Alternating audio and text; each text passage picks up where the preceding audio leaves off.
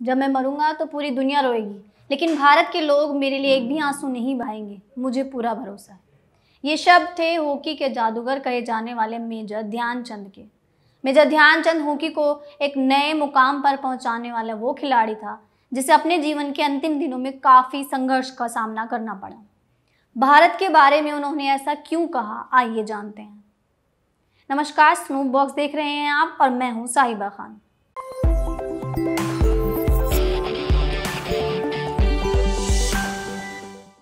खेल की बात आते ही सबसे पहले जहन में क्रिकेट आता है, और आए भी क्यों ना। इस रोमांचित कर देने वाले खेल को हिंदुस्तान में इतनी सफलता मिली हुई है कि क्रिकेट मैच के लिए स्टेडियम में खचाखच भीड़ देखने को मिलती है, जबकि दूसरे खेलों को मीडिया कवरेज भी मुश्किल से मिलती है।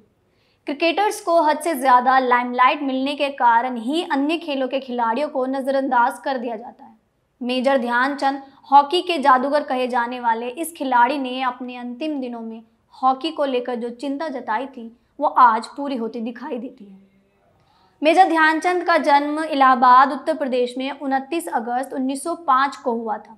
उनके पिता का नाम समेश्वर सिंह था, जो ब्रिटिश इंडियन आर्मी में सूबेदार थे। हॉकी को एक नया आयाम देने वाले मेजर ध्यानचंद ने भारतीय हॉकी के इतिहास में कई ऐसे कारनामे किए जिनकी गूंज आज तक खेल जगत में सुनाई देती है। 1932 ओलंपिक में फिनाले में भारत ने अमेरिका को 24-1 से हराकर गोल्ड मेडल जीता था।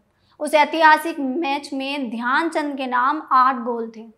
लॉस एंजलिस में हुए उन ओलंपिक खेलों में भारतीय हॉकी टीम के 36 में से 25 गोल मेजर ध्यानचंद ने दागे थे। भारतीय हॉकी में मेजर ध्यानचंद के योगदान को याद रखते हुए उनके जन्मदिवस को नेशनल स्पोर्ट्स डे के रूप में मनाया जाता है।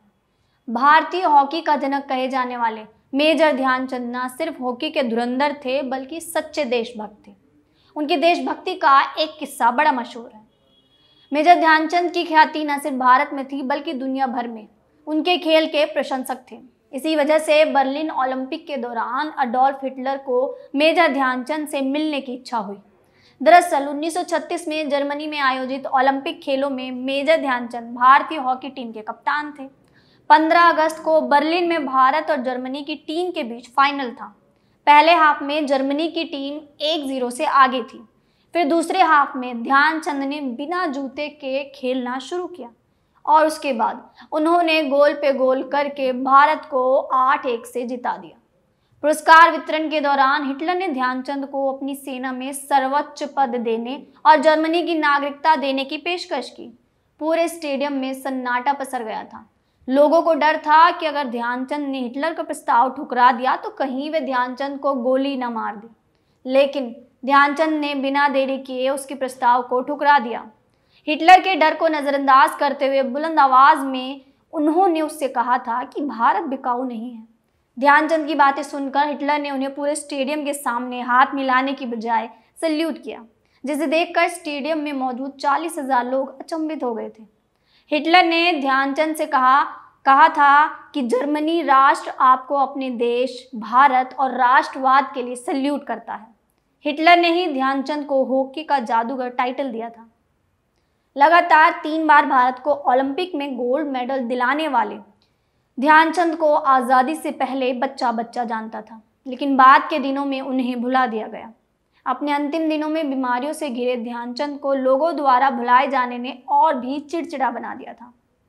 बिगड़ती सेहत को लेकर चिंतित उनके यूरोपीय दोस्तों ने उन्हें यूरोप आने की गुहार लगाई, जिसे मेजर ने नकार दिया। 1989 में हालत ज़्यादा बिगड़ने से उन्हें ट्रेन के जरिए झांसी से दिल्ली लाया गया, जहां एम्स के डॉक्टर ने उन्हें जनरल वार्ड में धकेल दिया। अपने अंतिम दिनों में वे हॉकी और अपने मेडल की ही बात करते थे। अपने परिवार से उनके सारे मेडल्स को महफूज रखने की सख्त लहजे में हिदायत दी थी। मेजर भारतीय हॉकी के गिरते स्तर से भी खफा थे। जब एक बार उनके डॉक्टर ने उनसे भारतीय हॉकी के भविष्य के बारे में पूछा तो मेजर ने कहा, भारत की हॉकी खत्म हो चुकी है। डॉक्टर ने कहा कि ऐसा क्यों? मेजर ने जवाब दिया, हमारे लड़के सिर्फ खाना चाहते हैं, वो काम नहीं करना चाहते। 3 दिसंबर 1989 को उनकी मृत्यु हो गई। क्लियरेंस मिलने में आई शुरुआती दिक्कतों के बाद झांसी हीरोज़ के ग्राउंड में उनका अंतिम संस्कार हुआ। सरकार और उनकी जी हजूरी करने वालों द्वारा मेजर और उनके परिवार का अपमान कई बार किया गया। इंडियन हॉकी ऑफिशियल्स ने मेजर के बेटे अशोक कुमार को साल 1980 मॉस्को ओलंपिक के लिए लगे कैंप में शामिल नहीं होने दिया था। वजह थी अशोक का अपने पिता के अंतिम क्रियाक्रम करने की वजह से कैंप में देर से पहुंचना, जिसे हॉकी इंडिया के अधिकारियों ने अनुशासनहीनता मानते हुए उन्हें कैंप अटेंड करने से रोक दिया। इस भारी बेइज्जती से आहत अशोक ने तुरंत प्रभाव से हॉकी से संन्यास ले लिया। अपनी मौत से 2 महीने पहले मेजर ने कहा था, जब मैं मरूंगा पूरी दुनिया रोएगी, लेकिन भारत के लोग मेरे लिए एक आंसू नहीं बहाएंगे, मुझे पूरा भरोसा है। भारत देश, हॉकी इंडिया, सरकार सभी उनके भरोसे पर खरे उतरे। जब तक ध्यानचंद भारतीय हॉकी टीम का हिस्सा रहे, तब तक भारतीय हॉकी के सुनहरे दिन रहे। अब हॉकी की हालत भारत में क्या है, ये बात किसी से छिपी नहीं है। हॉकी की भारत में बिगड़ती हालत को देखकर लगता ही नहीं है कि हॉकी भारत का राष्ट्रीय खेल है। इसी के साथ हम आपसे विदा लेते हैं। देश दुनिया की खबरें देखने के लिए स्नूप बॉक्स को सब्सक्राइब कीजिए और वीडियो को लाइक और शेयर ज़रूर कीजिए।